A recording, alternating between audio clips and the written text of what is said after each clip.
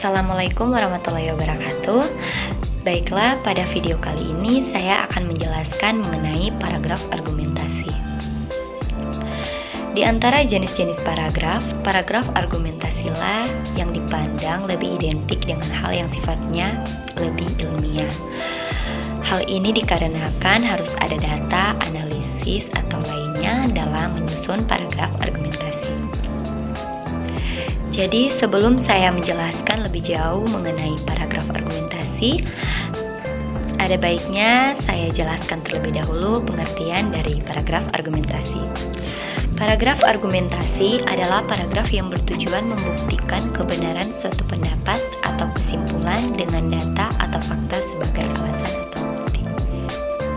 Dalam argumentasi, pengarang mengharapkan pembenaran pendapatnya dari pembaca. Selanjutnya, ciri-ciri dari paragraf argumentasi. Sebagai bentuk yang disertai dengan data, bukti, alasan yang ilmiah, maka ciri argumentasi pun harus memenuhi syarat tersebut. Adapun ciri-ciri dari paragraf argumentasi ada 4. Yang pertama, menjelaskan pendapat agar pembaca yakin. Yang kedua, memerlukan fakta untuk pembuktian berupa data, gambar atau grafik, uji statistik atau lainnya. Yang ketiga, menggali sumber ide atas dasar pengamatan, pengalaman, dan penelitian. Yang keempat, memaparkan penutup dalam bentuk simpulan atau rekomendasi. Selanjutnya, kita akan bahas mengenai langkah-langkah menyusun paragraf argumentasi. Langkah-langkah menyusun paragraf argumentasi ada 5. Yang pertama, menentukan topik atau tema. Dalam menyusun paragraf argumentasi, topik atau tema yang dipilih tentu saja mengarah pada masalah atau persoalan yang harus diselesaikan dan bukan cerita perjalanan, pemaparan suatu cerita atau produk, atau paparan untuk menawarkan suatu jasa atau lainnya. Jadi, topik atau tema yang diangkat haruslah mengarah pada usulan perbaikan terhadap suatu persoalan atau masalah yang memang harus dicari jalan keluar atau solusi. Selanjutnya, menetapkan tujuan. Setelah menentukan topik, selanjutnya kita harus menetapkan tujuan yang ingin dicapai.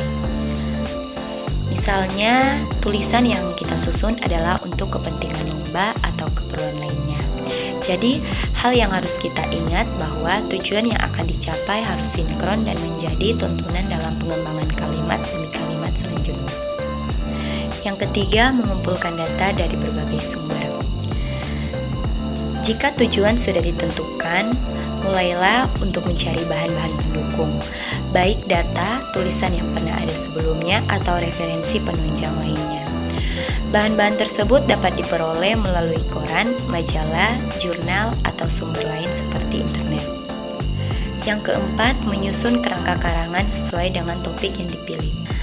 Setelah bahan-bahan atau data-data diperoleh, kita mulai mengembangkan kerangka tulisan. Selanjutnya yang terakhir, yang kelima, mengembangkan kerangka menjadi kerangka argumentasi. Jadi jika keempat langkah tersebut terpenuhi, mulailah mengembangkan paragraf kalimat demi kalimat. Selanjutnya yang akan kita bahas yaitu teknik pengembangan paragraf argumentasi. Teknik pengembangan paragraf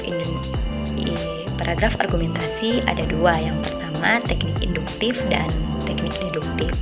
Baik, kita akan bahas satu persatu. Yang pertama, teknik induktif. Teknik induktif adalah penyusunan argumentasi yang dilakukan dengan mengemukakan lebih dahulu bukti-bukti yang berkaitan dengan topik, dan dengan bukti-bukti yang dipaparkan di awal tersebut kemudian diambil sebuah kesimpulan yang bersifat umum. Contohnya adalah, pada arus mudik tahun 2010 terdata 3010 peristiwa kecelakaan lalu lintas di jalan raya. Sementara itu, pada arus mudik tahun 2011 tercatat 4006 kasus kecelakaan lalu lintas di jalan raya. Dari data tersebut terjadi peningkatan kecelakaan lalu lintas yaitu 33,8%. Dengan demikian, pada tahun 2011 jumlah kecelakaan arus mudik di jalan raya makin bertambah. Jadi sesuai dengan pengertiannya di awal tadi, dapat kita lihat pada kalimat pertama dijelaskan mengenai data, di mana pada arus mudik tahun 2010 terdata 3.010 kecelakaan lalu lintas. Sedangkan pada kalimat kedua di situ dijelaskan mengenai peningkatan kecelakaan lalu lintas yang terjadi pada tahun 2011, yaitu tercatat ada 4.006 kecelakaan lalu lintas. Dan pada kalimat terakhir ditarik kesimpulan umum yang dilihat dari data-data sebelumnya, yaitu pada tahun 2011 jumlah kecelakaan arus mudik di jalan raya makin bertambah. Selanjutnya, teknik deduktif. Teknik deduktif adalah penyusunan argumentasi yang dilakukan dengan mengemukakan lebih dahulu kesimpulan yang umum dan kemudian disusul dengan uraian mengenai hal-hal yang khusus. Contohnya, pada musim mudik lebaran tahun 2011, jumlah kecelakaan lalu lintas meningkat. Sampai pada hari ke-7 lebaran tercatat terdapat 4.006 kasus kecelakaan. Jika dibandingkan tahun 2010, angka kecelakaan ini tergolong besar. Tahun 2010 tercatat 3.010 kasus kecelakaan. Jika lihat dari persentase, terjadi peningkatan 33,8%. Jadi sesuai dengan pengertiannya yang telah kita saksikan bersama-sama mengenai teknik deduktif, yaitu penyusunan argumentasi yang dilakukan dengan mengemukakan lebih dahulu kesimpulan itu terbukti karena pada contoh tersebut di mana disimpulkan terlebih dahulu pada kalimat pertama, yaitu pada mudik lebaran tahun 2011 jumlah kecelakaan lalu lintas meningkat. Sedangkan disusul pada kalimat-kalimat selanjutnya mengenai data-data kecelakaan lalu lintas, yaitu pada tahun 2010 dan persentase yang meningkat menjadi 33,8%. Baiklah, demikian.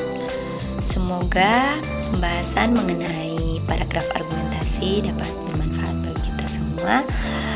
Assalamualaikum warahmatullahi wabarakatuh.